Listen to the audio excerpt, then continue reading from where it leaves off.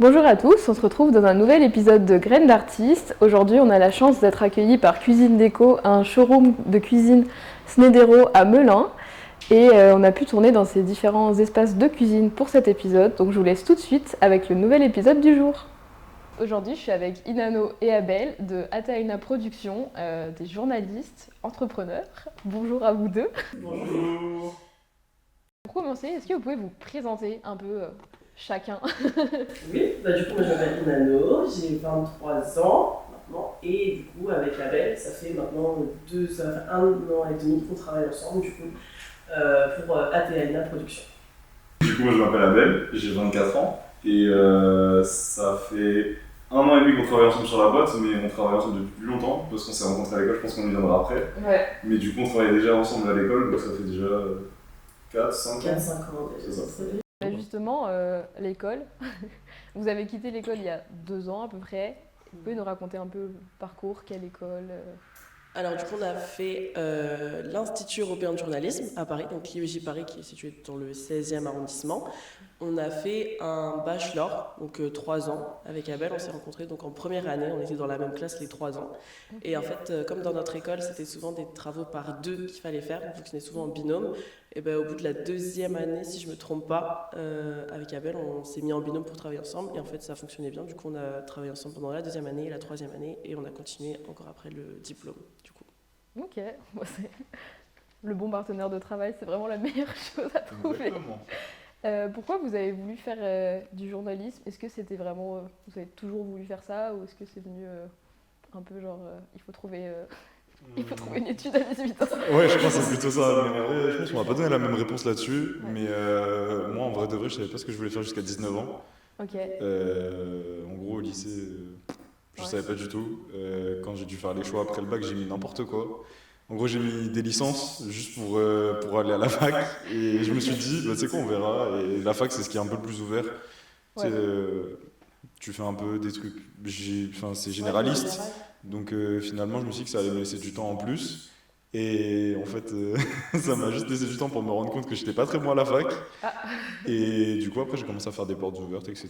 Et je suis tombé sur l'IEJ. Et j'ai fait la porte ouverte, et c'était trop cool. On nous a fait faire de la radio, de la télé. Enfin, tu sais, la porte ouverte en Ah ouais, elle-même, vous avez tu fait faisais plein de trucs. Ils te faisaient faire du commentaire sportif, ils te faisaient faire de la radio, ils te faisaient faire un peu de tout. Et je me suis dit, bah, tu sais quoi, c'est ça. Sauf que c'est ça, ça coûte cher. Et donc, du coup, après, ça rend plein de trucs. Mais en tout cas, c'est à ce moment-là que j'ai su que je voulais être journaliste. Ok. Voilà pour moi. Moi, de mon côté, du coup, c'était directement après le bac. Donc, après le bac, moi, pendant l'année de terminale, déjà, je cherchais déjà un petit peu ce que je voulais faire, etc. Et c'est en faisant les salons, en fait, c'est un truc un petit peu classique. En faisant les salons, j'ai vu plusieurs écoles, les écoles de commerce, de communication, etc. Et c'est l'IEJ, en fait, c'est l'école de journalisme qui m'a le plus intéressée. Et après, c'était la même chose qu'Abel, en fait, c'est en faisant les portes ouvertes, comme j'avais fait plusieurs portes ouvertes de plusieurs écoles, c'est en faisant les portes ouvertes que, du coup, je me suis dit, ah, cette école, elle est sympa, parce que beaucoup de pratique, en fait, et c'est aussi une façon d'apprendre qui me convenait mieux par rapport à ce que j'avais pu voir dans les autres écoles. Et du coup, c'est pour ça que je me suis dit, bah, allez, pourquoi pas, et au final, c'était le bon choix, je pense. Toi, t'as fait 2-3 écoles. J'ai Moi, fait... t'as vraiment fait qu'une porte ouverte et c'est ça Ah ouais. que Ah mais non, moi C'était j'avais... ton école. Moi j'avais pris une journée entière où j'ai fait plein de portes ouvertes. En Ah fait, ouais. j'ai fait, je crois, en une journée 4 écoles. Et en fait, des 4 écoles, bah, c'est l'IEJ qui m'a le plus plu. Donc Ok. c'est pour ça. Ouais, Moi, donc, je suis juste maîtrise. Ouais. Moi, quand j'ai fait une porte ouverte, je suis sorti, j'ai dit, c'est ça. ah ouais. Non mais des fois les portes ouvertes ça te perd plus qu'autre chose. Je pense que j'en aurais fait 4 dans une journée, j'aurais juste été là à la fin, bon bah ils sont occupés, il y a des négatifs et des négatifs partout, je vais où? Je sais pas, mais bon, tant mieux. Et du coup, comment ça se passe à l'école justement, les 3 années un peu de formation, je veux dire, vous apprenez quoi? Bon forcément le journalisme, mais c'est beaucoup de pratique, ça se passe comment pour vous l'école? À l'école, du coup, comment ça se passait? Ça se passait en demi-journée. On avait toujours Ok. que des demi-journées de cours. Et après, en fait, l'autre partie de la journée qui nous restait, c'était pour faire les travaux qu'on nous donnait pour le lendemain. Parce qu'en fait, souvent, on avait... le matin, on arrivait, on nous disait, bon, bah, pour demain, vous nous faites, je sais pas, 2 reportages, 2 articles écrits, etc. Et en fait, tu as toute l'après-midi pour te débrouiller pour le faire pour le lendemain. Et en fait, même si on n'avait que des cours sur la demi-journée, en fait, tout le reste de la journée, tu avais du travail et tu avais des choses à faire. Donc, ce qui fait qu'on restait à l'école en fait, de 9h à l'ouverture jusqu'à la fermeture vers 18h, 19h. Quoi. Donc, Ok. en tout cas, c'était plutôt ça. C'est ça, mais même pour te donner, parce que ta question était un peu double aussi sur la pratique en elle-même de ce qu'on nous donnait à faire. Pour te donner un exemple précis, je pense que ça illustrera le mieux. Je pense que c'était l'un de nos premiers cours en actualité. En gros, c'était journaliste, il y a plein de cours différents, mais là, c'était cours d'actualité. Et en gros, c'est le souvenir qui me marquera le plus, parce que c'est à ce moment-là où je me suis dit, c'est vraiment ça que je veux faire. C'est qu'on a un prof à nous qui s'appelle Monsieur Paganelli. Et ça m'a vraiment marqué. On est arrivé premier jour, donc on est une classe de, je crois, on était 30, 20, voilà. Et il a pris chacun d'entre nous, et il a dit, pour, je crois que c'était la semaine prochaine, vous me ramenez une interview de un tel et un tel. Ok. Et en gros, moi, pour mon cas précis, il m'a dit, toi, tu prends un négociateur du RAID du RAID ou du GIGN. Ok. Et tu sais, au moment où il me dit ça, enfin, moi, je Ouais. sors de la fac, juste, c'est donnez-moi des cours, j'apprends, je ressors en disserte. Et le premier exercice, c'est que tu me trouves un négociateur du RAID et tu l'interviews pour la semaine prochaine.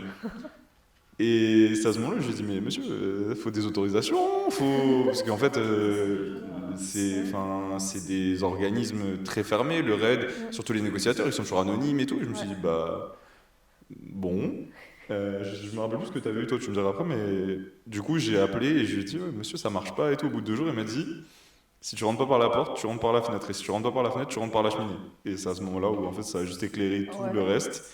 Et la semaine d'après, du coup, je lui ai ramené, je crois, 3 interviews tellement j'avais forcé. Et... Mais tu sais, c'est vraiment une preuve, c'était le premier cours, et ça te prouve vraiment que tu peux avoir n'importe qui. Toi, t'avais qui? Moi, j'avais eu, je crois, j'avais eu le présentateur de l'équipe, moi, Olivier Ménard. Ok. Je devais le trouver aussi. En fait, c'était vraiment comme c'était le tout début. En fait, on venait, on découvre littéralement le journalisme. Et là, il y a quelqu'un qui dit, bah, ton devoir, c'est ça. Et en gros, si tu trouves pas, bah, t'as 0, quoi, tu vois. Donc, pour des gens qui sont très scolaires, par exemple, pour moi, bah, c'est assez stressant parce que du coup, t'es obligé de passer par tous les chemins qui sont possibles pour pouvoir, bah, du coup, faire tes devoirs, en fait, tout simplement. Surtout qu'il y a vraiment des gens qui sont pas forcément accessibles. Oui, ouais, c'est Un ministre, Ouais. etc. Ah ouais. Ah, ouais. Ah, j'aurais paniqué. Hein. Ah, bah, c'est ce qu'on a fait, hein, mais bon, on s'est débrouillé. Hein. J'ai vraiment dit, il a bien dit ce que j'ai entendu.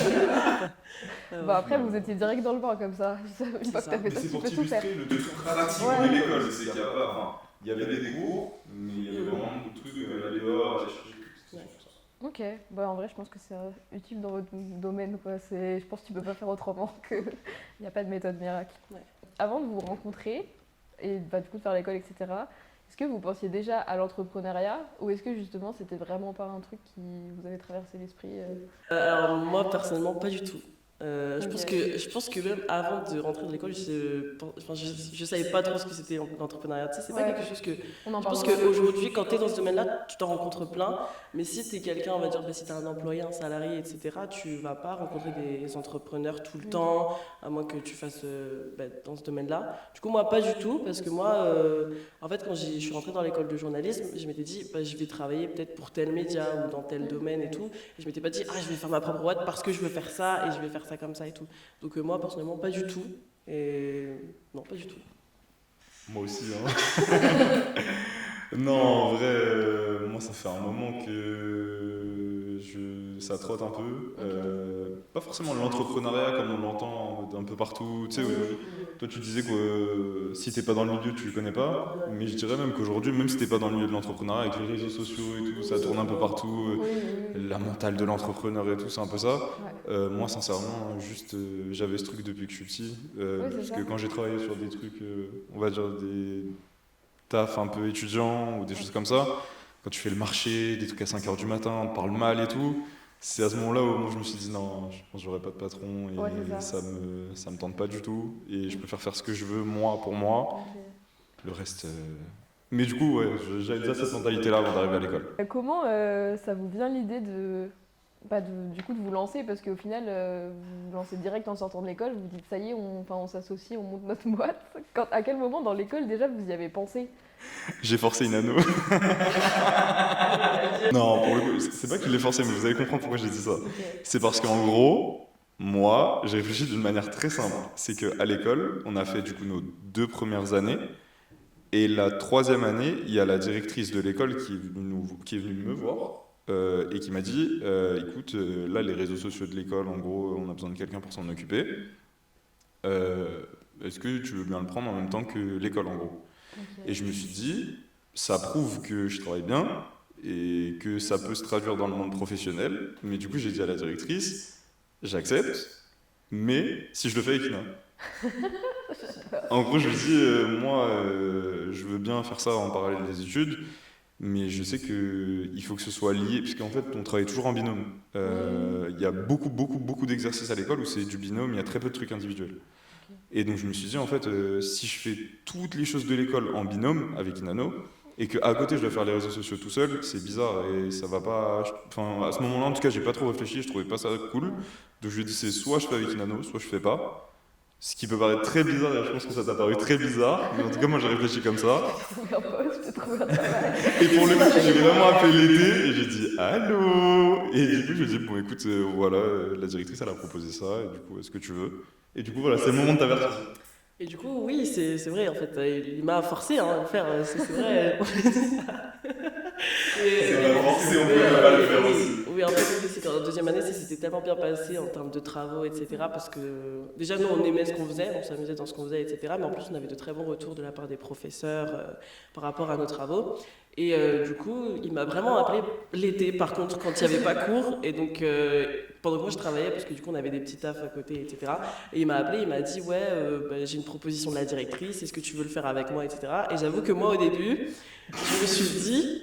Bah, je me suis dit, c'était en fait, oui, je me suis dit, il est bizarre parce qu'en fait, dans ma tête, on était en mode, bah, c'est l'école et je comprenais pas trop pourquoi est-ce que là, il m'appelait pour me demander ça, etc. Parce que moi, tout est catégorisé, tu vois, dans ma tête.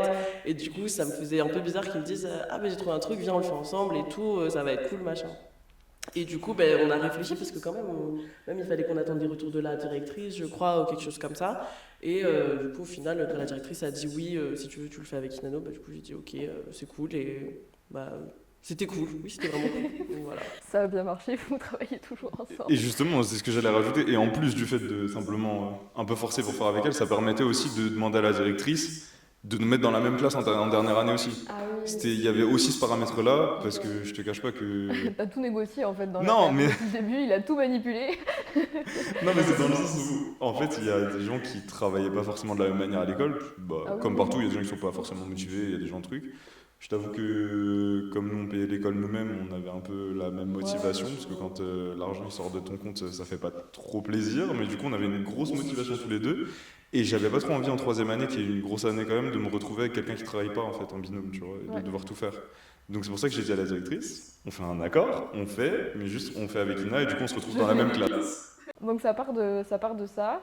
Enfin, vous commencez à travailler encore ensemble. Et après, Je suis encore forcé, c'est ça? En fait, moi, dans mes souvenirs, je sais que on avait, en fait, à la fin de la troisième année, comme c'était la dernière année, du coup, on était en groupe on était une demi-classe de 15 personnes, et en fait, on était selon la matière, donc presse écrite, radio ou télé, on était, comment dire, on avait des rôles comme une rédaction. En fait. Ah oui, ok. Donc ça voulait dire qu'en fait pendant une semaine, 2 semaines, 3 semaines, t'étais, par exemple, t'en avais qui étaient reporter, t'en avais qui étaient présentateurs, t'en avais qui écrivaient, t'en avais qui étaient rédacteurs en chef, etc. Et en fait est arrivé le moment des examens, des intensifs, on appelait ça des intensifs, au niveau de la télé. Ok. Et à la télé, il faut faire des reportages. Il faut que je le regarde. Il fallait faire des reportages télé, du coup, que tu tournais le lundi et que tu devais monter ensuite le mardi, mercredi et diffuser le jeudi. Et c'était toujours de l'actualité chaude. Donc il fallait un peu bouger dans tous les sens du journalisme, quoi, pour trouver ton sujet, etc. Et avec Abel, c'est à ce moment-là qu'on a commencé à faire aussi de l'investigation, si je ne me trompe pas. Et du coup, on trouvait des sujets un petit peu qui nous plaisaient, on essayait de faire des choses qu'on n'avait pas vues avant. Et du coup, on travaillait ensemble, on tournait, on faisait nos petits tournages, voilà, tout se passait très bien. Et je sais qu'on continuait à avoir de très bons retours des gens, en fait. Les gens ils disaient « Oh là là, c'est trop bien et tout », parce qu'à ce moment-là, du coup, Abel a commencé à acheter le premier matériel, en fait. Ok. Comme il avait vraiment, du coup, beaucoup aimé la vidéo, il avait acheté la caméra, il a acheté des micros, etc. Donc on filmait plus avec le matériel de l'école, mais avec le matériel d'Abel. Et je sais qu'un jour, quelqu'un a juste balancé ça comme ça. Il dit « Ah, vous travaillez trop bien ensemble, franchement, vous devriez faire un truc ». Et moi je l'ai entendu, mais tu sais, moi, tu me dis ça sort un peu une oreille, ça sort un peu par l'autre. Sauf que lui, en fait, c'est rentré, je pense que c'est jamais ressorti. Et moi, je me rappelle que juste après, du coup, 30 secondes après, je suis partie voir Abel pour le travail. Et Abel, il m'a dit franchement, Ina, si tu veux qu'on fasse un truc et tout, moi je suis chaud, hein. Mais tu sais que je m'en rappelle, vraiment, je me rappelle comme si c'était hier. Et il me regarde et tout, et moi, quand il me dit, je me dis ouais. Je me dis, ok, chelou, et je fais pas trop attention. Et comme je disais, avec le Covid, etc., il y a pas eu on n'a pas fait de stage en fait avec Abel, on a juste attendu d'avoir notre diplôme.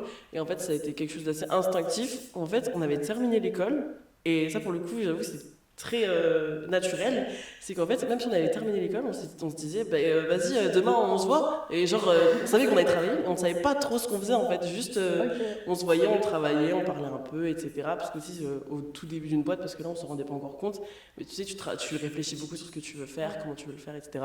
Et du coup, de fil en aiguille, en fait, on a commencé à se dire, bon, ben, on se voit à tel endroit, on va essayer de travailler avec telle personne, j'ai rencontré telle personne, etc. Et petit à petit, ça s'est fait comme ça. En tout cas, C'est pas juste truc d'entreprise, c'est non. vraiment juste on continue. Ouais. Parce qu'on regarde ce truc scolaire, truc machin. Ouais.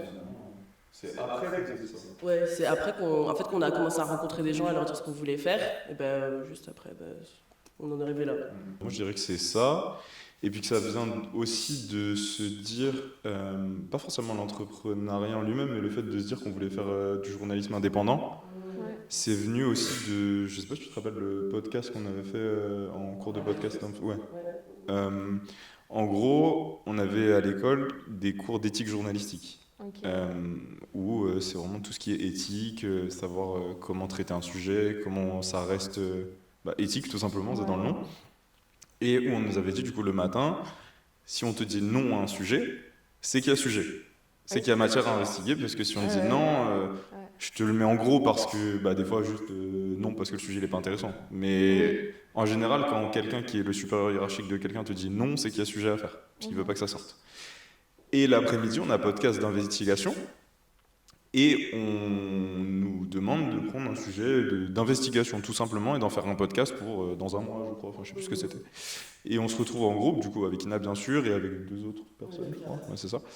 Et on se dit, bon, on fait quoi ? Et on se dit, tu sais quoi, on va regarder pourquoi certaines écoles ne sont pas reconnues. Nous, on savait que notre école, elle était reconnue par l'État, mais pas reconnue par la profession, je crois que c'est ça. Et on se demandait pourquoi, etc., etc.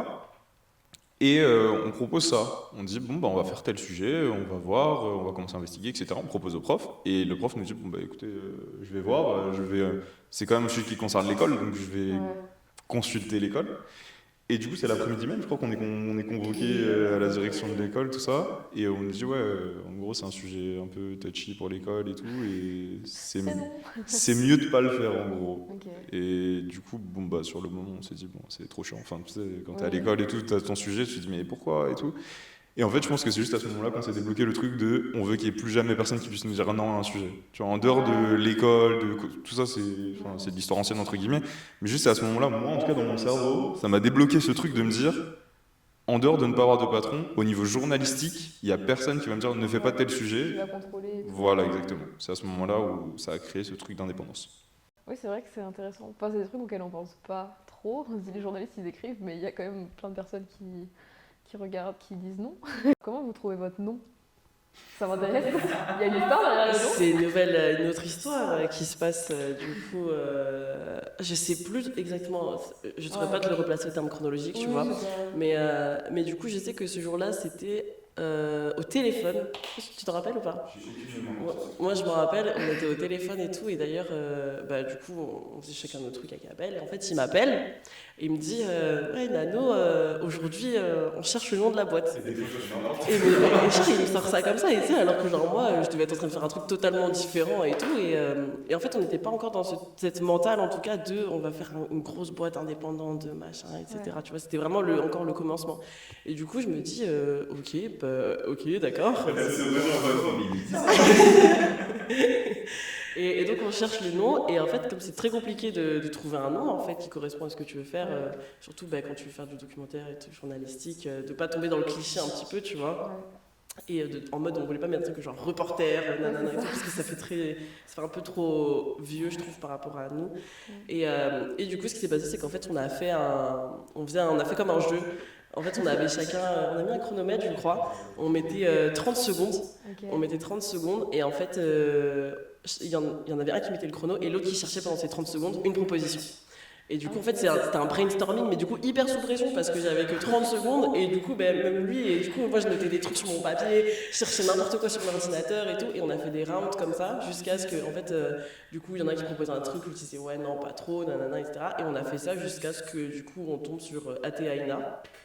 Et du coup, C'est comme ça qu'on a choisi Athéina, je crois. Je sais qu'en plus, je l'ai sorti au hasard. En fait, Athéina, du coup, c'est wallisien. Et comme je suis wallisienne, du coup, on essaie de trouver des trucs aussi en rapport à nos origines, à nous, etc.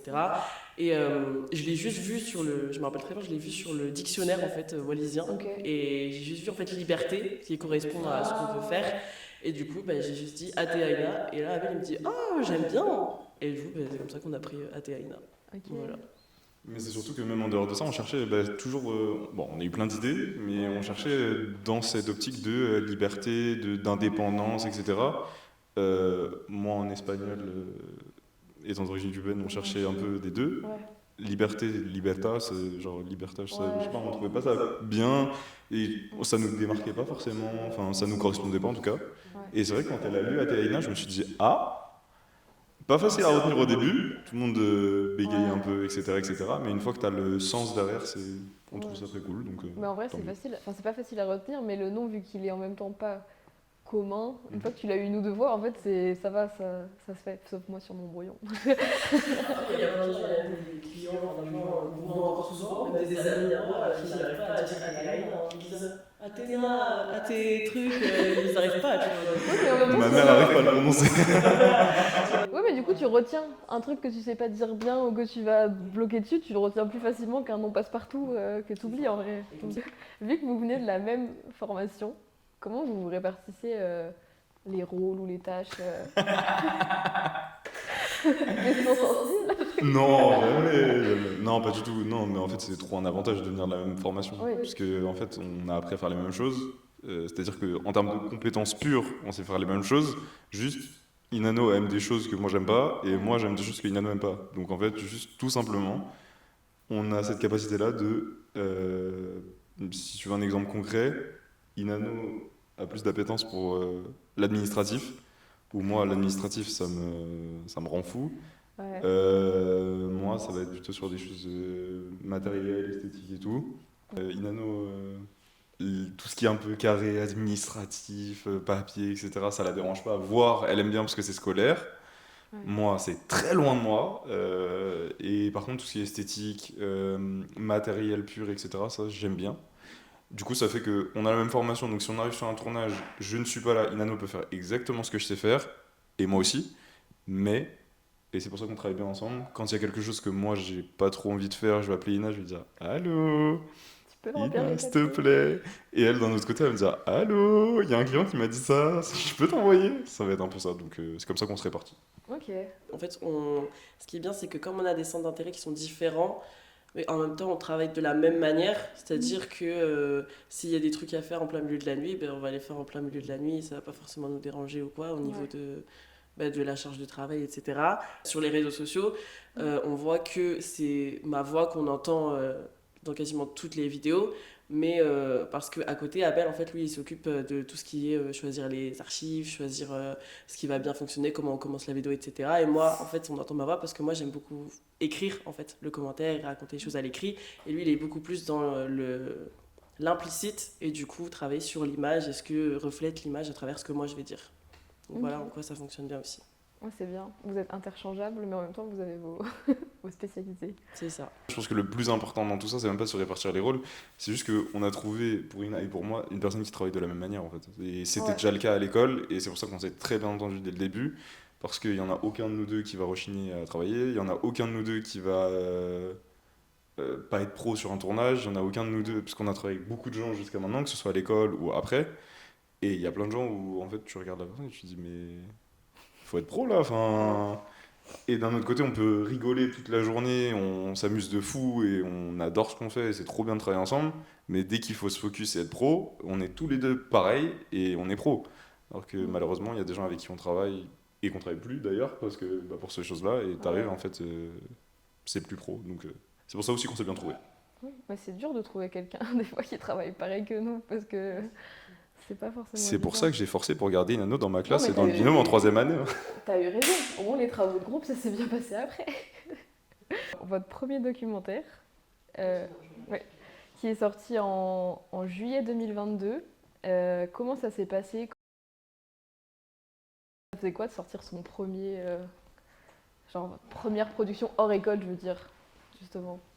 En vrai, Enfin, on va pas se mentir, c'était trop bien. Enfin, c'est un accomplissement de fou. Tu sors ton Ouais. premier docu. En plus, pas très longtemps après avoir quitté l'école.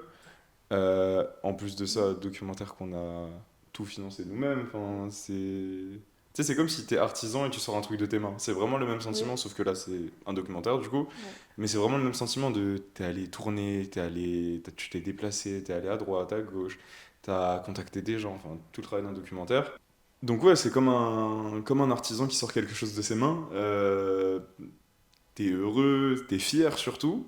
Et en plus de ça, on commençait à être vraiment dans cette optique de financer les documentaires nous-mêmes.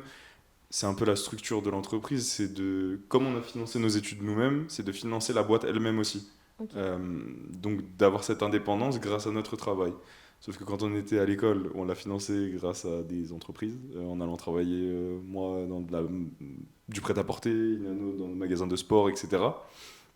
Et là, juste, on s'est dit, bah, au lieu de faire travail étudiant lambda, bah, juste on va utiliser nos capacités à faire de la Ouais. vidéo, à faire de la photo, etc. pour gagner de l'argent. Ce qui fait qu'on a une filiale com qui finance le journalisme, et c'est ce qu'on a fait. On a pas mal travaillé en faisant de la com, et pour financer ce documentaire de journalisme qu'on a sorti du coup l'année dernière.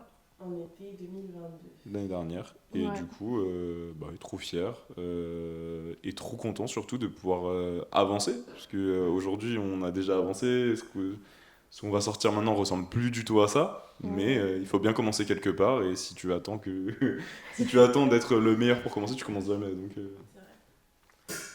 Bah, Qu'est-ce que t'as ressenti quand on a sorti le documentaire? Ouais. je pense que sur le moment, tu te rends pas compte en fait que tu sors un truc sur Oui. lequel tu as travaillé pendant plusieurs mois, etc. Et je pense que moi, le moment en tout cas où je m'en suis rendu compte, c'est quand on avait fait le montage. Ça faisait je sais pas combien de temps qu'on faisait le montage, qu'on voyait toujours les mêmes extraits, les mêmes rushs, les mêmes images, etc. Et c'est à la fin, quand tu termines et que du coup tu écris, tu sais, le nom, genre Oui. réalisé, tourné par. Et là, tu mets ton nom et ton prénom, etc. On avait tourné avec d'autres personnes. Mais c'est quand tu vois ton nom, prénom et tout, et que tu te dis, waouh, c'est un truc de ouf. Tu te dis, waouh, Ouais. c'est ouf, genre. Et quand tu le sors, et qu'en plus, quand on l'a annoncé sur les réseaux et tout, les gens, ils étaient. Enfin, genre, on a eu des retours où tout le monde était en mode, ah, c'est trop stylé, nanana, etc. Et c'est là que tu vois qu'en fait, t'as vraiment fait. En fait, c'est vraiment le début. En fait, c'était l'objectif qu'on avait atteint. C'est ce qu'on avait dit, en fait, quand on avait commencé à Taïna. C'est, on Ok. va faire du docu avec l'argent qu'on va gagner de nous-mêmes. Et là, c'était vraiment concret, en fait. Et c'est comme c'est concret, tu te dis, bah, c'est bon, genre, je suis sur la bonne voie et c'est cool. Et justement, parce que du coup, vous financez tout vous-même au tout début, parce que du coup, bah, vous aviez dit avant qu'il y avait déjà quelques caméras, enfin, mais tout le matériel à acheter, etc. En plus, ça coûte super cher quand même, c'est pas rien. Et donc, vous avez toujours réussi avec enfin, vos propres moyens à financer. Vous avez jamais eu d'aide, je sais pas, prêt ou n'importe quoi, ou de financement annexe. non, parce que c'est une volonté de notre part. Ouais. Ina a pris un prêt pour payer l'école. Ouais. Ok. Moi, non. Après ça c'est un peu chacun gère un peu comme il veut, mais Oui, juste oui. moi vu que j'ai un gros problème, je me suis dit je veux devoir d'argent à personne en sortant de Ouais, l'école, ouais.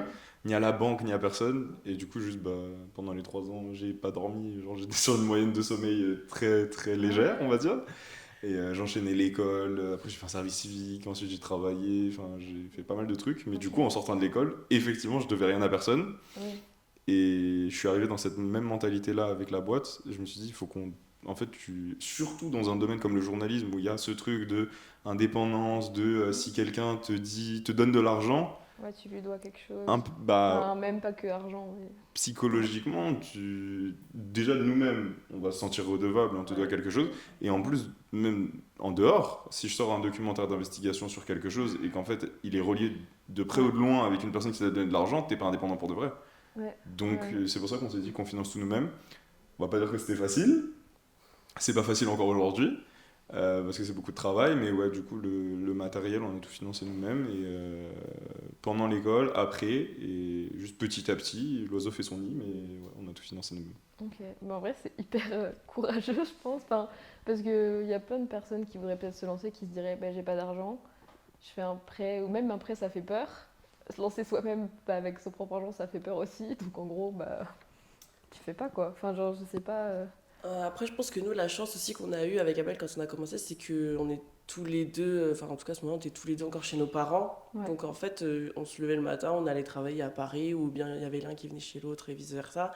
Mais en soi, on dépensait pas d'argent au début parce qu'en fait, juste on se voyait et on travaillait avec nos cerveaux et le matériel qu'on avait déjà. Donc, c'était nos ordi aussi qu'on avait eu à l'école, etc. Et tout. Et du coup, juste on a fait travailler nos méninges pendant plusieurs mois avant de Ouais. pouvoir vraiment avoir des rentrées d'argent de clients qu'on a rencontrés ensuite, etc. Mais en tout cas, au commencement, on dépensait pas du tout. Et l'argent qu'on a gagné, on l'a directement mis du coup dans le documentaire, dans les déplacements qu'on devait faire. Donc ça, c'était un avantage aussi quand on a commencé, c'est qu'on n'avait pas on n'a pas de taxes à payer, Ouais. on fait pas les courses, on paye pas le loyer, etc. Donc ça, Ouais, c'est c'est bien vrai. aussi. Et pour répondre à ta question sur le fait qu'un crédit ça peut faire peur, etc., Ouais. ça déjà je suis entièrement d'accord, c'est pour ça que Ouais, j'en ai c'est pas vrai. pris. Et même en dehors de ça, en fait, c'est juste que je pense qu'il y a deux paramètres. Le premier, c'est qu'on n'a pas réfléchi. Enfin, c'était réfléchi mais sans l'être, ce qui est Ok. pour les gens qui nous regardent peut-être pas une bonne solution.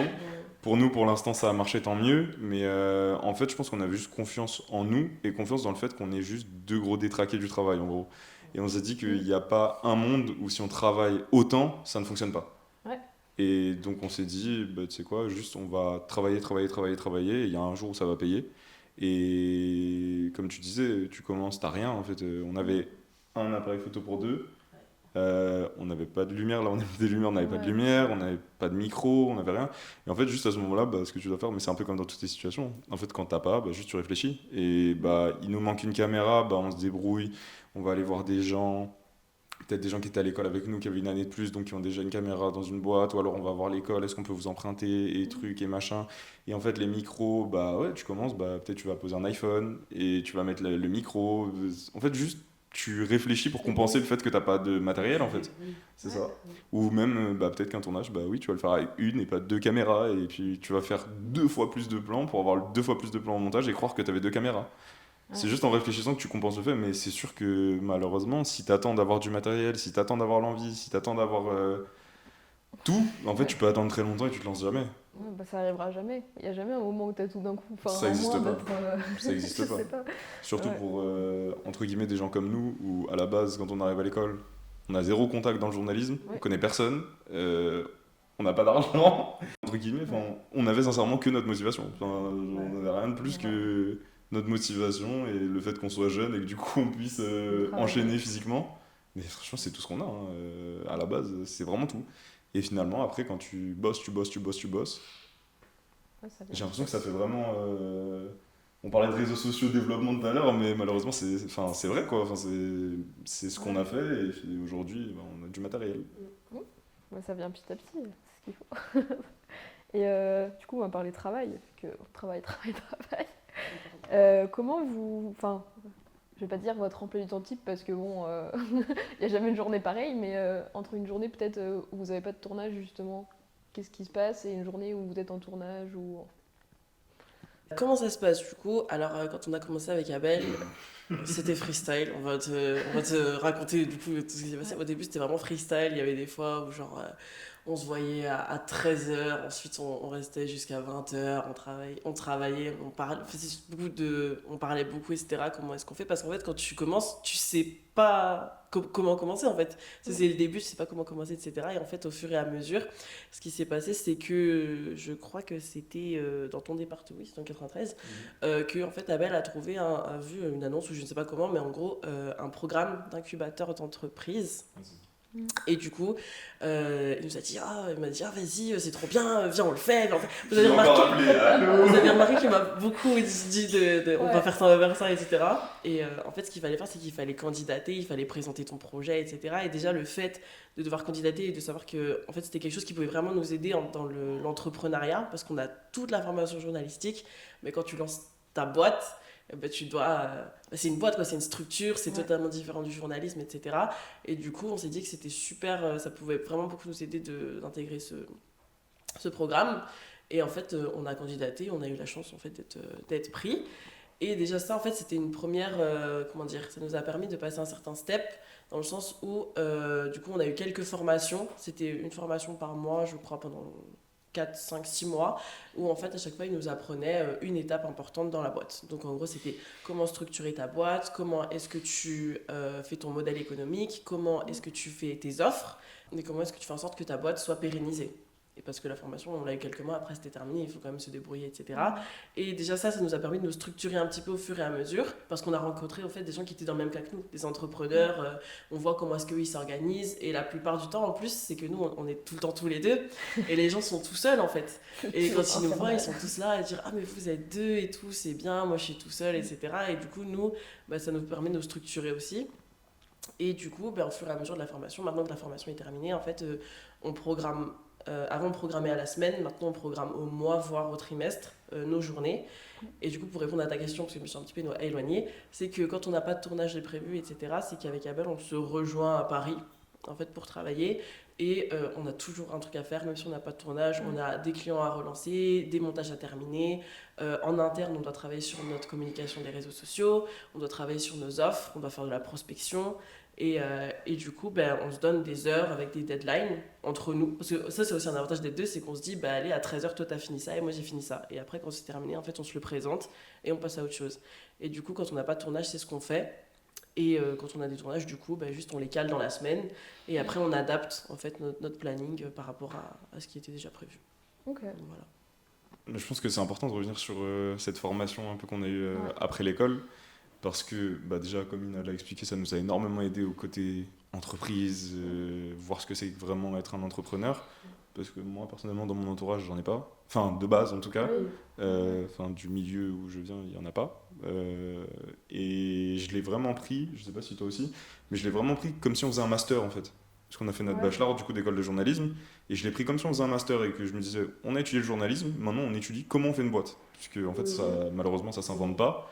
Et même par rapport à nos proches, moi je sais que ce soit par rapport à mes parents, ma copine, etc., c'est important quand même de cette notion de diplôme, d'études, etc., que ce soit à l'école ou dans cette formation-là, de dire que on va pas dans l'inconnu.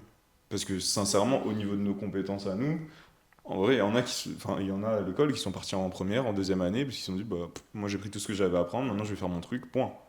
Et ils ont dit, le diplôme, on s'en fiche. Moi, je sais que personnellement, surtout pour mon père, parce que mon père n'est pas né en France, etc., c'est pas la même mentalité peut-être qu'ici, et le diplôme c'est important. Et du coup, même pour moi, au final, tu te dis que ça te fait un backup, etc., que tu as ton diplôme finalement, c'est quand même important pour les parents. Nous, on sait, maintenant avec le recul, n'importe où on va, personne, ça fait 1 an et demi, 2 ans, on nous a jamais demandé notre diplôme nulle part. Quand on va pour un tournage, on dit juste envoyez ce que vous avez déjà fait, point. Mais c'est quand même important pour l'entourage, pour les parents, etc., d'avoir ce diplôme-là. Et c'est la même chose pour cette formation complémentaire, je ne sais pas si on peut l'appeler comme ça, mais de développement d'entreprise, qui s'appelle les entrepreneurs affranchis. C'est important parce que c'est très cool ce qu'on a fait avec eux. Et on l'a vraiment pris comme un master entreprise et on a appris ce que c'est qu'une boîte, on a appris ce que c'est que se structurer, on a appris tout ce que c'est que tout ça. Parce que jusqu'à avant de rentrer là-bas, c'était vraiment Abel appelle Inano à 3h du matin et lui dit viens on fait ça et les deux font ça. Mais à ce moment-là c'est très cool et c'est ce qu'on dit toujours, c'est qu'au final pour les gens qui débutent et tout, il faut profiter de ces moments-là parce que c'est trop bien en fait. Tu fais ce que t'aimes, etc. T'es dans le moment, etc. Mais en fait quand tu te rends compte de tout ce qu'il y a derrière, parce que même dans la formation elle-même, c'est censé être un truc pour les gens qui débutent. Mais même dans tous les gens qui débutaient là, nous, on était ceux qui débutaient le plus. C'est-à-dire que tu avais plein de gens qui étaient des entrepreneurs, mais qui avaient déjà 1 an, comme nous à l'heure actuelle, 1 an et demi, 2 ans, etc., mais qui avaient besoin d'être accompagnés, besoin d'apprendre, etc. Nous, on était vraiment là. On n'avait lancé aucun statut. Je ne sais même pas si on avait le nom à ce moment-là. On n'avait rien du tout. On est arrivé, on nous a dit un persona. Il faut que vous définissiez vos clients, vos offres elles coûtent combien, vous comptez faire combien de CA, etc. J'avais jamais entendu ça de ma vie. Moi j'avais été à l'école de journalisme, on m'avait appris à faire une enquête, on m'a appris à faire un reportage, on m'a pas appris à ce que c'était d'avoir une boîte. Et donc ça nous a servi à tout ça et c'est pour ça qu'après c'était plus simple, même s'il y a encore des choses qui sont à apprendre et je pense que ça devrait être important de les apprendre à l'école.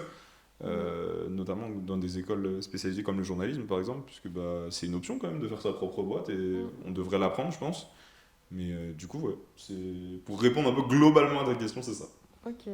Et juste pour ajouter un dernier truc pour avoir la question, je trouvais que la formation aussi c'était bien parce que, en fait, Abel et moi on est ensemble pour s'épauler pour n'importe quelle tâche, etc. Mais en fait, quand on a des problématiques qui sont au-dessus, par Ouais. exemple, quand on a des problèmes avec tout ce qui est prospection administrative, etc., on n'a rien à part Internet. Et des fois, Mm. quand c'est des trucs très spécifiques, etc., là on avait vraiment un repère où la personne nous disait, bah là, si c'est ça, tu dois faire ça, ça, ça, ça. Et ça nous a beaucoup aidé justement pour que la boîte au niveau administratif, etc., ça soit bien, tu vois. C'est quoi alors enfin, si vous avez des conseils, même si c'est encore au début, c'est quoi peut-être les conseils qui vous ont marqué ou je sais pas, genre le petit guide un peu de l'entrepreneur, je sais pas, les trucs à éviter ou ce que vous auriez aimé savoir avant peut-être.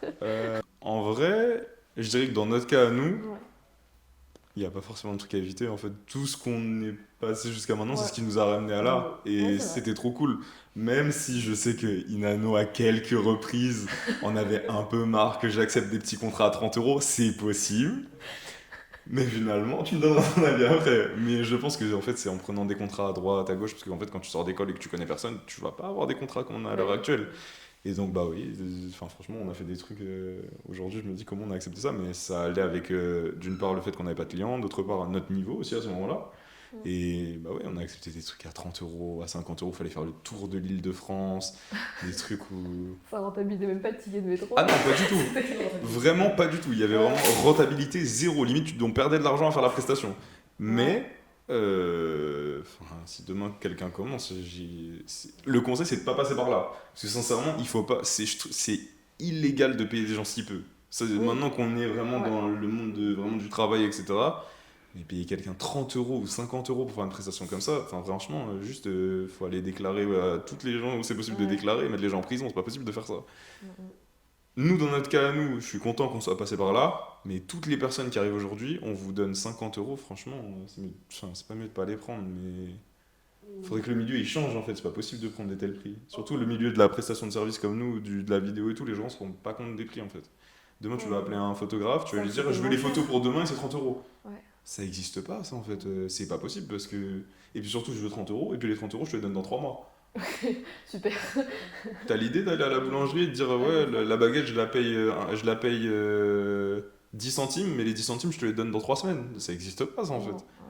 Donc ça c'est le premier conseil je pense. T'en as? Ok, moi je pense, un peu en écho par rapport à ce qu'Abel il vient de dire, c'est que bah, en fait, ça va un petit peu avec la notion de l'argent. C'est-à-dire que, oui, il y a des gens, en fait, au début, comme tu débutes, en fait, les gens, souvent, ouais, et puis souvent, tu vas travailler avec des gens qui ne sont pas non plus des grosses boîtes ou quoi. C'est des gens qui sortent l'argent de leur propre poche, c'est des particuliers qui te disent, bah voilà, tu me fais ça et tout. Et je pense que si tu veux éviter de te sentir un petit peu exploité, on va dire, à la limite, bah, c'est que si toi, c'est quelque chose que tu aimes, en fait, à la limite, le faire, on va dire peut-être gratuitement, mais faire ce que toi, tu veux, en fait. Pas le faire pas forcément Ouais. pour quelqu'un, mais te dire par exemple, ah moi j'aime beaucoup filmer, je sais pas, de la cuisine, et ben juste t'appelles un cuisinier, quelqu'un, et tu lui dis, bon ben je veux m'exercer, est-ce que je peux faire ça? Et à la limite, je pense que c'est peut-être un peu plus gratifiant de te dire que t'es allé avec quelqu'un qui a un petit peu de renommée pour t'exercer, plutôt que de travailler avec quelqu'un que, oui, il va le poster sur ses réseaux, etc. C'est bien, c'est cool,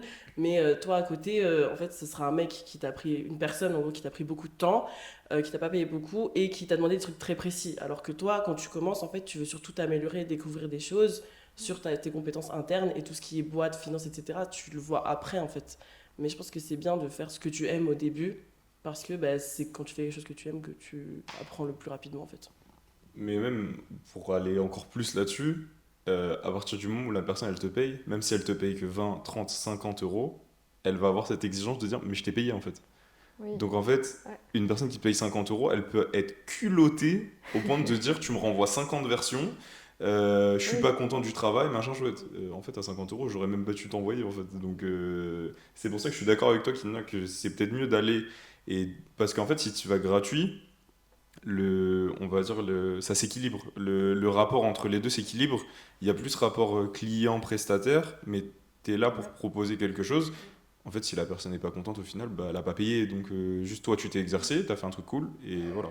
Premier conseil, je suis d'accord. Deuxième conseil, et je pense que c'est le truc qui nous aurait le plus servi jusqu'à maintenant et qu'on nous a donné, c'est le recouvrement.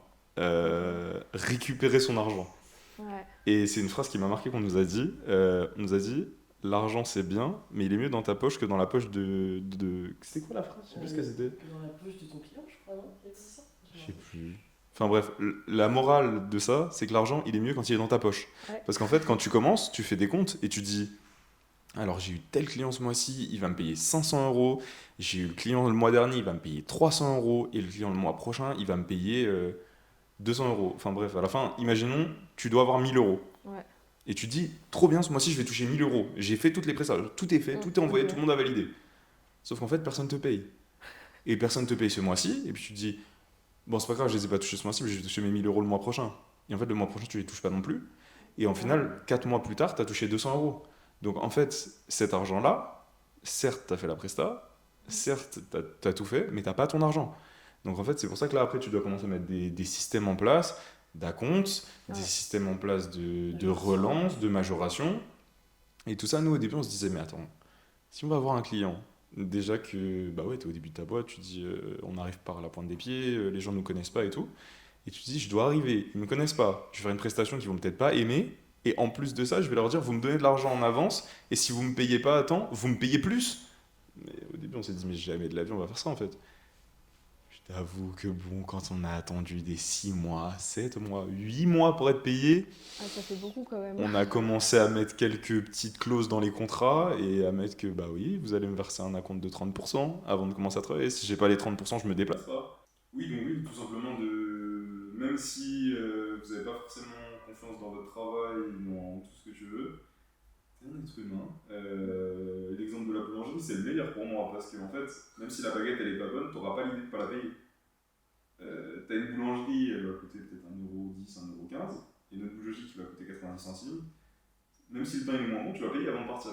C'est exactement la même chose. Donc il faut jamais accepter de ne pas être payé, il faut jamais accepter de pas être payé au bout de 8 mois. Tous ceux qui veulent pas, qui mettent du temps à te payer, ils sont hyper sympas. Hein. Ils sont trop cool. C'est ouais, mais en vrai, le truc, c'est les clients les plus gentils.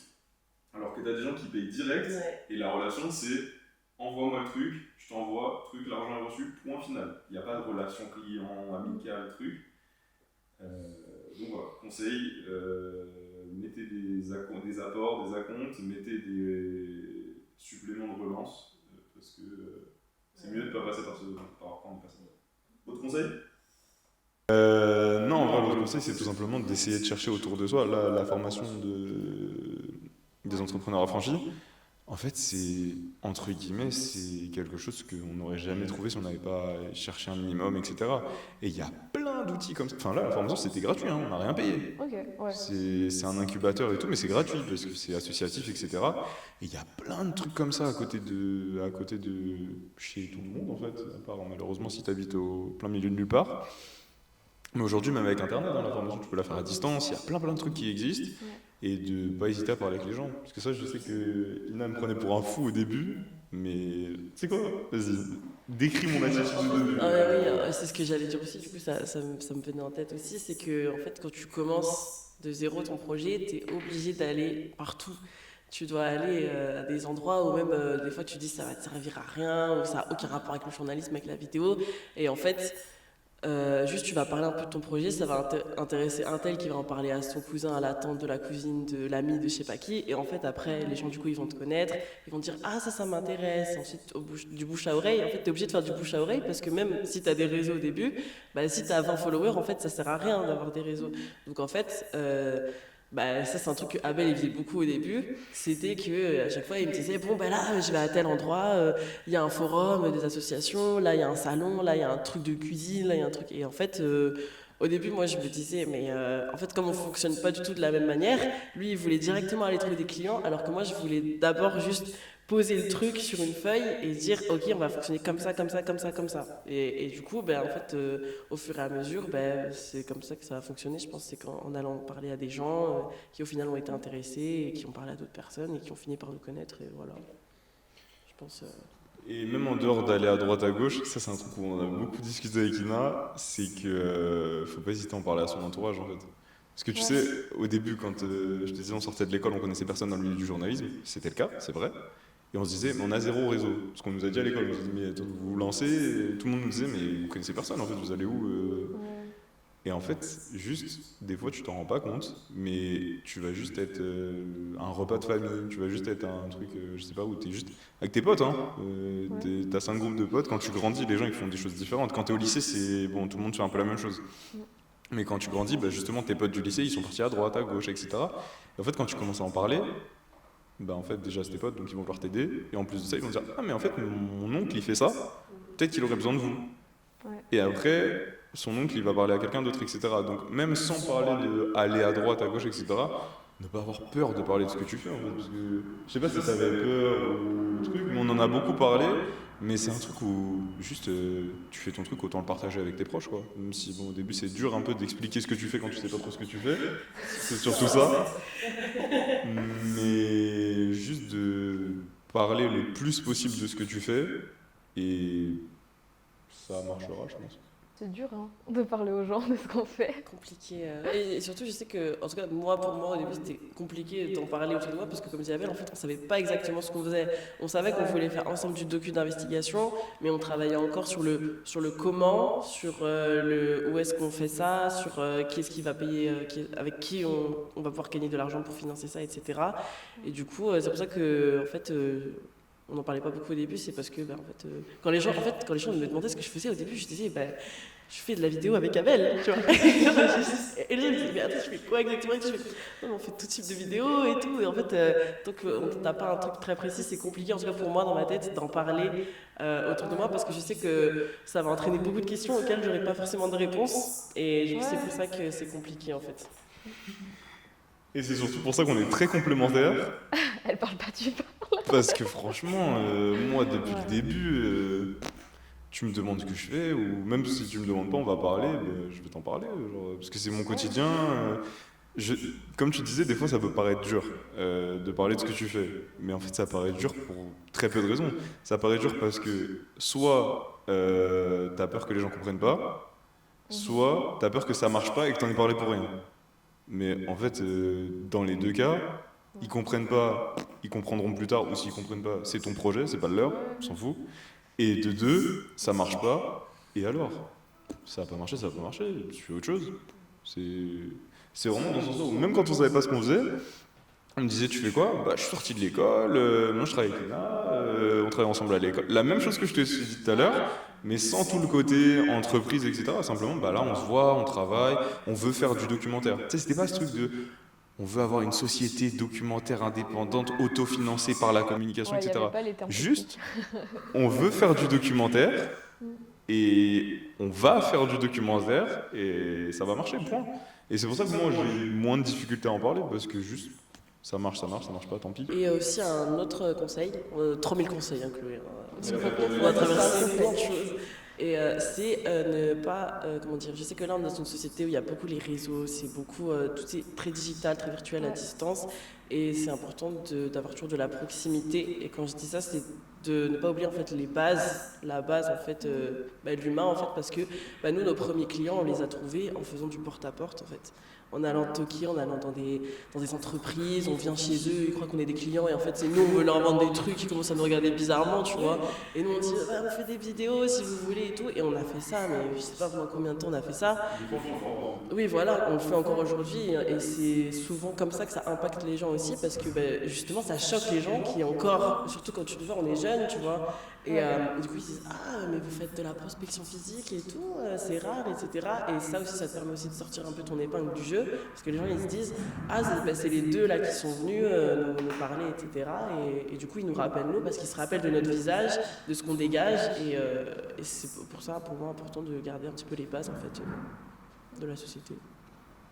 Dernier truc par rapport aux conseils, justement par rapport aux réseaux sociaux de ce que tu disais, Ina, je pense qu'il y a beaucoup de gens qui peuvent être très vite rendus fous par justement les réseaux. Et aujourd'hui, ce qu'on voit, il faut se lever à 5h du matin, tu vas voir, tu vas réussir, blablabla. Bla bla. Si tu fais ta Miracle Morning le matin, tu fais ton yoga, après tu vas à la salle de sport, douche froide, je sais pas quoi. En fait, juste chacun fait son truc. Et si ça marche bien pour toi, tant mieux. Si ça marche pas pour toi, fais autre chose, quoi. Enfin, parce que très vite, tu veux être pris dans un. Tu veux ta Miracle Morning? trop de Ah non, mais pour de vrai, tu sais, il y a plein de gens, enfin, moi j'en vois dans mon entourage, qui sont dans ce truc-là, de dire ouais, mais je me sens pas bien parce que un tel a dit qu'il fallait faire ça pour réussir et machin, et tout. Tu sais, même nous, là, quand on donne des conseils, très humblement, parce qu'on n'est pas multimillionnaire ou alors on n'a pas surréussi, même si pour moi, multimillionnaire, ça veut pas dire que tu as réussi. Parce que là, pour moi, on a déjà réussi, on produit nous-mêmes des documentaires et on en vit, donc déjà on a réussi. Mais en dehors de ça, enfin, franchement, faut pas écouter les gens. De toute façon, de base, faut pas écouter les gens, déjà pour commencer. Quel que soit le domaine, c'est mieux de s'écouter soi-même, point. Mais après, si tu commences à écouter les réseaux, tu dors plus. Non. Si tu écoutes les gens parler, et si tu écoutes les gens parler sur ton travail, c'est encore pire. Tu commences à écouter les commentaires, les trucs de machin, de chouette. Franchement, tu dors plus, tu travailles plus, parce que ça te met un coup au moral. Donc franchement, c'est mieux de faire ton truc. Ouais, c'est ça. Tu fais ton truc, tu as ton rythme, ça te plaît, ça te plaît. Après, faut pas non plus être fermé. Si on te dit que le travail, il est pas professionnel ou que toi-même t'es pas professionnel, c'est à écouter. Si c'est simplement j'aime pas, point, ou alors il faut faire ça pour réussir, point. Il y a des trucs qu'on a essayé, il y a des méthodes par exemple que les gens nous donnent, ils nous disent ah ben nous quand on travaille dans notre entreprise on fait ça, c'est des techniques que nous on essaye, peut-être ça va fonctionner une semaine, après on se dit bon ça fonctionne pas, c'est pas grave, on passe à autre chose et on va finir par trouver autre chose. C'est juste que nous aussi on teste plein de trucs, quand ça fonctionne on garde et quand ça fonctionne pas on garde pas et c'est pas grave, on s'adapte. Moi je sais, on va créer notre méthode, regarde, j'ai la méthode. La méthode. Comme on disait tout à l'heure, la méthode d'Athéna. Non mais le truc qui a fonctionné pour nous, tout simplement, c'est même pas des trucs qu'on a vus à droite à gauche, c'est juste de rester scolaire, point. On est sorti de l'école et on a essayé au maximum de garder ce rythme scolaire. Tu vois, quand on est rentré dans la formation d'entrepreneur, tout le monde nous disait mais vous êtes presque les seuls à rendre... Parce que tu sais, ils nous donnaient d'une séance sur l'autre des choses à faire. Mais en fait, la plupart des entrepreneurs, ils avaient une quarantaine d'années, ils ont une boîte à gérer, ils ont une vie de famille, ils ont des choses à faire en fait. Donc même si, normalement, quand tu rentres dans cette formation-là, tu es censé faire les trucs pour la prochaine fois. Sauf que nous, on est tellement dans ce truc de... Tu sais quoi, on fait tout comme si on était à l'école, parce que quand on était à l'école, ça marchait bien, ça nous a donné des résultats, et la directrice, ça nous a donné un poste pour ça. Donc on est tellement dans ça qu'on se dit, bah tu sais quoi, on se met des deadlines, on se donne des devoirs nous-mêmes, on se donne des horaires comme si on était à l'école. Bien sûr, après, on les dépasse, parce que comme à l'école, on s'endort à 18h, on finit à 3h, mais voilà. Mais en tout cas, nous, ce qui a marché pour nous, c'est d'être scolaire et comme à l'école. C'est quoi, on va dire, vous en êtes où aujourd'hui un peu justement dans votre entreprise, dans ce que vous voulez, je sais pas, accomplir, même si c'est un grand mot, et c'est quoi vos objectifs pour 2024, on va dire Alors aujourd'hui, où est-ce qu'on en est si on devait comparer par rapport à l'année dernière, je pense qu'on a fait un très très gros step. On s'est beaucoup, comment dire, je dirais pas amélioré, mais en fait on a beaucoup évolué dans le bon sens. Parce que l'année dernière, si tu m'avais dit qu'on allait faire ce qu'on fait là, les journées qu'on fait aujourd'hui avec les clients avec lesquels on travaille et la qualité qu'on propose, je me serais dit mais c'est impossible. Okay. Et là je trouve qu'on a fait un vrai step et je sais pas trop comment c'est arrivé ou quoi. Je pense que c'est juste le travail d'avant qui a fini par payer un peu plus tard. Mais c'est que là en fait on est sur un rythme où du coup déjà ce qui est bien c'est qu'on sait ce qu'on offre, on a des offres précises. En tout cas dans la filière communication, on sait comment on est structuré en fait. Et au niveau de tout ce qui est administratif, financier, on est aussi carré dans le sens où on sait que voilà, à telle date on fait un point administratif, toutes les peut-être 2 semaines on fait un point financier pour voir au niveau du recouvrement, comme on disait tout à l'heure, si on est bon, s'il y a des gens à relancer. En fait on est beaucoup plus organisé pour la pérennisation en fait de la boîte. Comme là on est dans la 2e année et qu'on va bientôt rentrer dans la première, non. J'ai une bêtise, pardon. Ça fait 1 an et demi, donc on va bientôt rentrer dans la 2e année. En fait, je sors un petit peu du contexte, mais en fait, on a du coup, après la formation d'incubateur d'entreprise, on a eu une marraine, un mentor, en fait, qui nous suit, avec qui on a un meeting tous les mois, pour justement, qui nous aide à, quand on a des questions, etc., par rapport à la boîte et tout. Et là, en fait, on est dans une période où il faut solidifier tout ce qu'on a fait. Donc en fait, on a des pistes vraiment à gauche, à droite, etc., qui commencent à être bien. Et là, il faut vraiment tout solidifier pour qu'ensuite, dans les années qui arrivent, on puisse commencer à se tourner un petit peu plus vers le journalisme, qui est l'objectif total, et délaisser peut-être un petit peu la communication. Enfin, quand je dis délaisser, c'est nous deux et on s'en occupera moins, tu vois. Ouais. Mais en tout cas, là, on est beaucoup plus structuré en entreprise qu'avant où c'était juste ah, trop cool, je vais travailler avec Abel, on rigole bien, et puis voilà. Là, c'est vraiment, on se voit, On rigole toujours. on rigole toujours très bien, on s'amuse, etc. Mais maintenant, on sait que, par exemple, le lundi, par exemple, on sait que tous les jours, dans 30 minutes, 45 minutes, on répond à tous nos mails, à toutes les personnes qu'on doit relancer, on les relance, et que ça doit être fait le matin impérativement. Même si on rigole beaucoup, bah, il faut quand même être sérieux si tu veux que ta boîte, elle fonctionne, quoi. Donc voilà. Au niveau des objectifs de ce que tu disais, je pense sincèrement, mais je crois que j'en ai parlé juste avant, mais que en fait, l'objectif, on l'a presque atteint. C'est qu'on a sorti notre premier docu. Là, on travaille sur une série documentaire qu'on a déjà tournée depuis des mois. On arrive à se verser des salaires tous les mois. Ina peut rembourser son crédit. Elle a pu quitter son taf qu'elle avait pour payer le crédit. Enfin, franchement, là, c'est juste ce qu'on voulait faire depuis le début. En fait, là, on y est. En gros, après, ça va être de développer, d'agrandir, bien sûr, comme disait Inano, en fait, quand elle disait de ne plus s'occuper de la filière com, c'est dans le sens où après, on va embaucher des gens pour qu'ils fassent ce travail de communication et que, en fait, ça nous donne l'argent pour nous seulement faire du journalisme. Ça sera toujours dans la TAINA, mais juste ce sera plus Abel et Inano, ce sera d'autres gens en fait, juste des employés quoi, dans n'importe quelle boîte. Et je pense que l'objectif juste pour 2024, parce que c'était ça ta question à la base, c'est de sortir cette série documentaire, de profiter de l'événement qui va être un événement qu'on ne verra jamais dans notre pays, les Jeux Olympiques. En tout cas, nous de notre vivant, je pense qu'il n'y en aura plus à Paris. Donc c'est une énorme occasion où là, normalement, on a quelques pistes où on ira. Et ouais, c'est ça en fait, de continuer à développer, d'essayer de donner le maximum d'opportunités autour de nous aussi. Comme je disais, d'employer des gens, mais là, si on peut aider des gens qui sont sortis de l'école en même temps que nous, on sait qu'ils travaillent bien, si on peut leur donner un peu de travail, parce que le milieu du journalisme, on va pas se cacher que c'est pas un milieu facile, il n'y a pas de stabilité, il n'y a pas de sécurité de l'emploi, il n'y a pas grand chose en fait. Quand tu es journaliste, surtout pigiste, etc., c'est vraiment compliqué. Donc si on peut les aider, leur donner des missions, à terme peut-être même les employer, ça serait génial. Si on peut aider les gens, tant mieux, surtout vu de là où on part. Mais donc voilà, ça serait d'aider au maximum autour de nous et de continuer dans la voie où on est aujourd'hui. Objectif 2024 et objectif plus tard, de continuer comme on est et de juste garder la même mentalité parce que j'ai pas envie que on change, je sais pas si c'était pareil. Mais... Ouais, je pense que là, on est aussi sur un truc où on a vraiment le juste milieu entre on travaille et en fait on s'amuse parce que quand on se lève, bon, oui, des fois il y a des trucs où c'est un peu chiant, etc. En fait, quand on est ensemble et qu'on travaille, on dirait pas trop qu'on travaille non plus, tu vois. Parce qu'en fait, t'es avec juste ton pote et tu rigoles et en même temps tu travailles et tu te fais de l'argent, donc on a trouvé un juste milieu où ça fonctionne et c'est cool. C'est la phrase de mon père, il travaille jamais, il s'amuse. Voilà. C'est exactement ce que j'allais dire. Et du coup, quand tu t'amuses, tu travailles bien. Oui. Et c'est juste la phrase que tu as dit. Toujours ma mère m'a dit la même chose depuis que je suis petit. Elle m'a dit tu vas travailler, je sais plus combien de temps c'est, je sais plus ce qu'elle m'a dit, mais bref, elle m'a dit tu vas travailler 40 ans. Il faut pas que tu te lèves tous les matins en n'aimant pas ce que tu vas faire. Il faut que tu te lèves tous les matins en aimant ce que tu vas faire.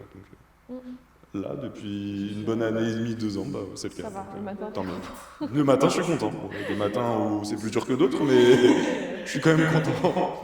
Dernière question, c'est le moment de lancer toutes vos recommandations, je sais pas, médias. Est-ce qu'il y a des choses que vous consultez justement, vous, qui vous aident ou qui vous inspirent ou qui vous motivent? Ça peut être vraiment, si c'est un film, genre votre film préféré, ça peut, si ça vous a aidé, sinon, je sais pas.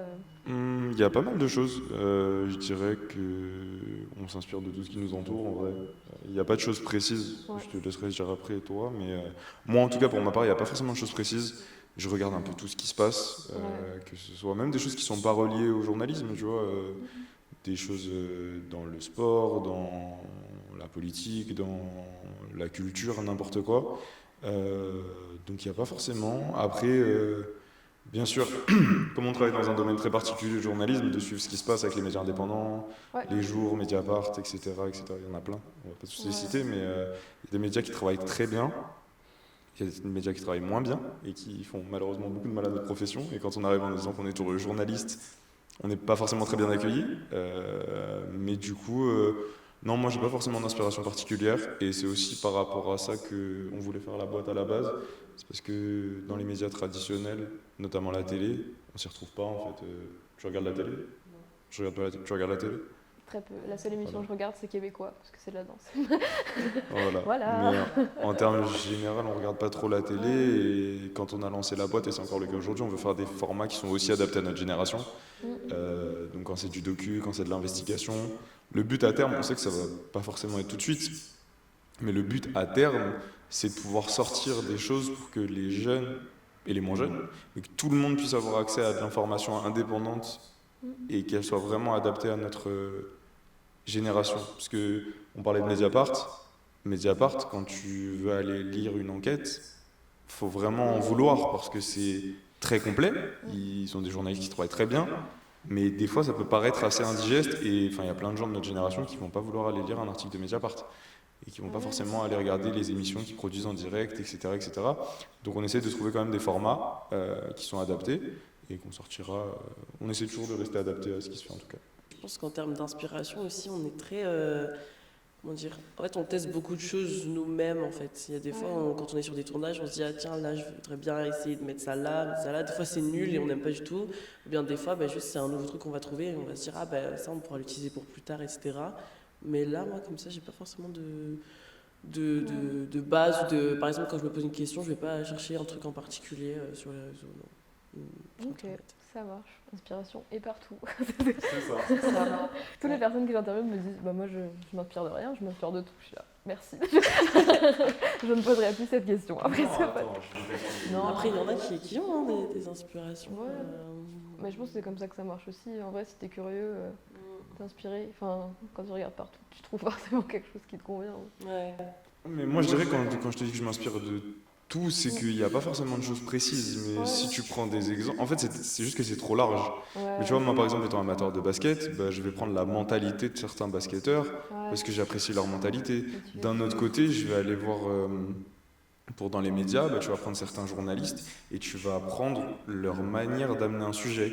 D'un autre côté, tu vas prendre dans un film, tu vas dire j'aime bien ce plan, comment il est tourné. Et en fait, tu mets tout ça d'un coup et ça va te sortir ce que toi tu veux faire en fait.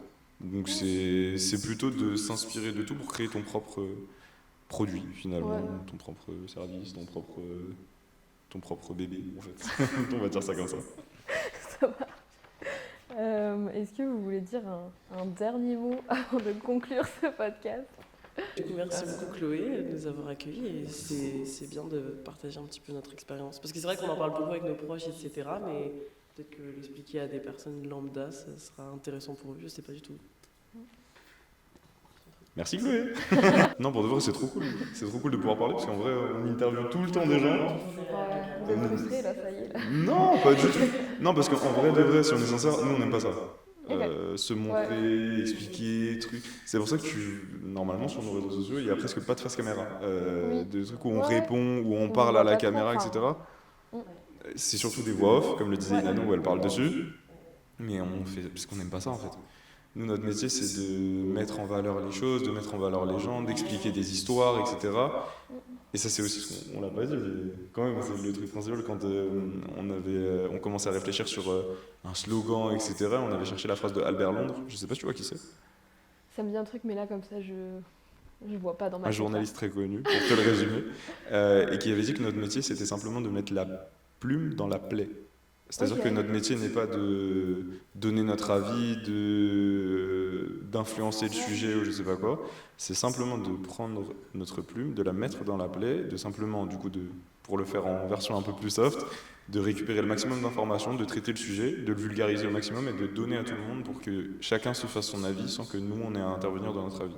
Donc c'est pour ça qu'on essaie le moins possible. Franchement, sincèrement, si on pouvait, on se montrerait pas du tout. On montrerait rien du tout, on n'expliquerait rien du tout.